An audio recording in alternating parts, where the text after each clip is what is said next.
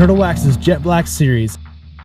We'll start with step 1 in the black box finish kit, the black pre-wax cleaner. With your car clean, dry, and out of sunlight, pour the pre-wax cleaner onto one of the provided applicators or a clean microfiber towel, and with back and forth motions, work into the paint section by section. Let it dry to a haze and follow a jet black spray detailer, sprayed onto a clean microfiber towel or directly onto the surface to be wiped. Continue these same steps again in manageable sizes throughout all of the car's panels.